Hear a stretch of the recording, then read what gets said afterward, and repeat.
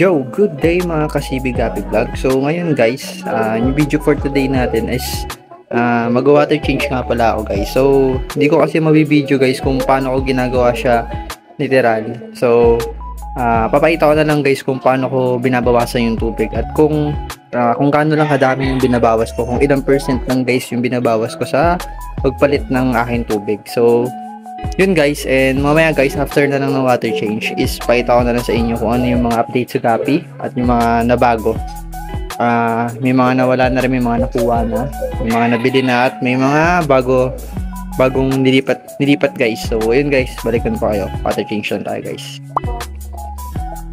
Ayan guys, ganyan guys, nabawasan ko na guys. So ang bawas ko lang guys is nasa siguro 30% to, kasi kung mga 50% so nasa kalahati. So mga 30% na yung inaalis ko lagi sa tank ko guys. And then wala na akong ibang ginagalaw dyan guys. Wala na akong ibang tinatanggal dyan. Itong harap lang guys, nililinis ko lang to ng sponge. So ayan, mga 30% na yung water change ko.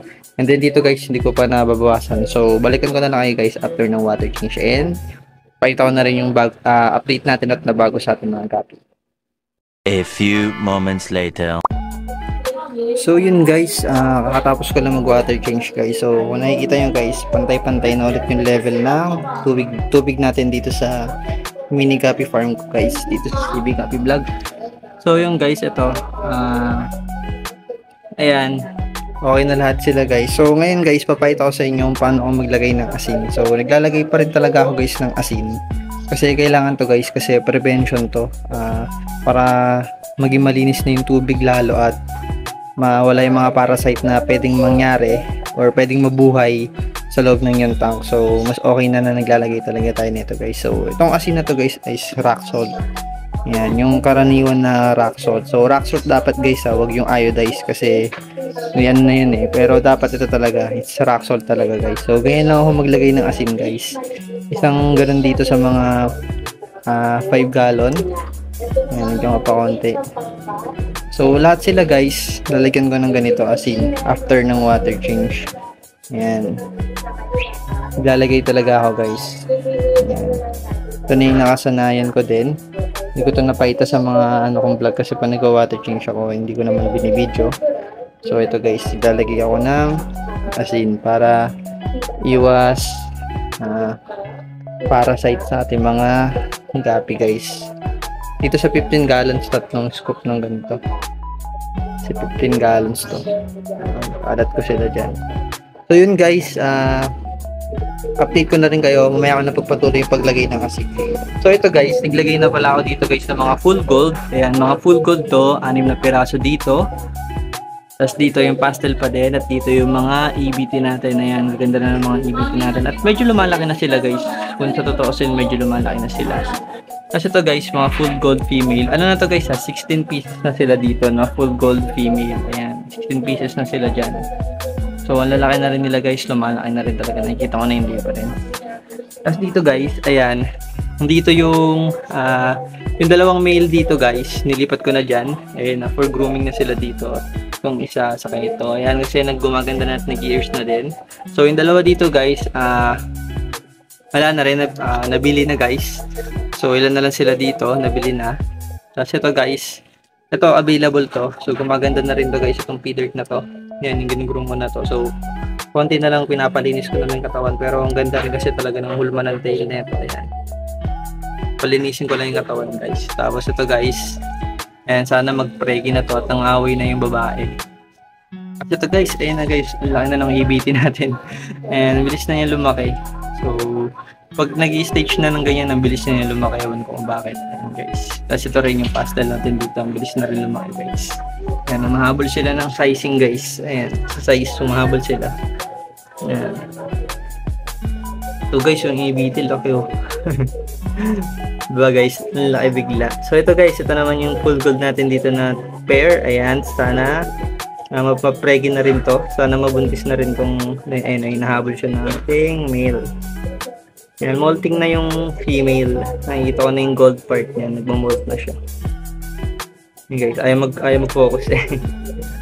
So yan guys, ma-update natin sa ating Gapi. And then, punta naman tayo dito guys sa mga tab. Ito guys, ito dito guys, ito naman yung reserve female ko. 10 pieces sila dito, akin to. Hindi ko to i-out. So, reserve yan.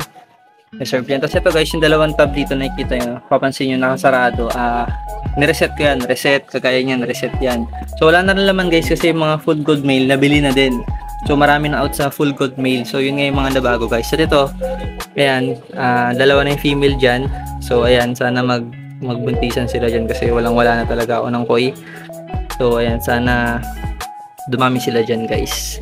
Tapos dito, guys, ayan, reset na rin pala to. Itong tab na to, reset na. Kasi dito, reset na din. Wala na rin dito yung mga female, mga fry ng feeder. In-out ko na. Newbie lang yung kumuha. So, newbie lang din yung, pang newbie lang din yung binigay ko sa kanya. Kasi last batch na yun doon sa luma ko pang breeder. So, ito guys, ito din. Ito sila dito na lang natira. Ito na lang yung mga natira dito. Dito yung mga female, di ba dito guys, yung feeder. So, nilipat ko na guys, pakita ko sa inyo. So, ito guys, nandito na sila. 8 to nandito. Kumuha na ako ng dalawa, reserve ko. So, ayan, ang gaganda nila dyan guys. Medyo malalaki na to. Juby size na. Dito yung reserve. Ayan, may reserve akong dalawa dyan. Kasi ito yung big female na to, reserve yan. So, sana nga pregi na rin yan kasi pinatusok ko yan one time, tapos binalik ko dyan. Dito guys, niligay ko na yung mga ABT female. Kung napapansin nyo, full gold na yung nandun sa may tank. So, ABT female na yun dito. Yung mga full gold, pinag-separate ko na guys. Pakita ko pala sa inyo, hindi nyo pala nakita guys. So, ito guys, ito naman yung mga fry dito at dalawang ABT dito. Ayan guys, ngayon i-update natin sa ating mga gapi ngayon. Nag-iba lang ng pwesto. Kasi mas, naisip ko na mas hiyang yung mga female sa ganito sa tab. Sila yung mas mabibilis lumaki. So, sila yung nilipat ko dito.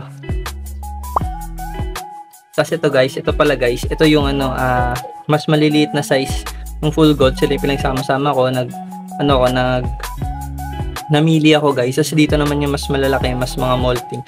Yung mga mas naunang nag-molt, yung mga mas naunang nagkamero ng ears, mga nakuha na. So ito lang yung mga natira, yung mga igugroom ko pa dito. So 5 piraso dito, ay 6, yun na yung max ko dito sa 5 gallon. 6 dito, 6 dito, 6 din doon sa isa. Kasi ito naman yung feeder na natira dito at ayan, nag-ears na sila guys. Tapos yung isa dito guys, kukunin na rin yung isa, yan yung nagka-platinum na medyo red lips. Mamaya yan. So, ayun guys, yun yung update natin sa mga gapi natin dito sa mini gapi farm ko. So, ayun guys, samahan nyo ako guys, magpapakain ako ng ating mga gapi. Magpapakain ako ng BBS guys. So, video ko na lang guys.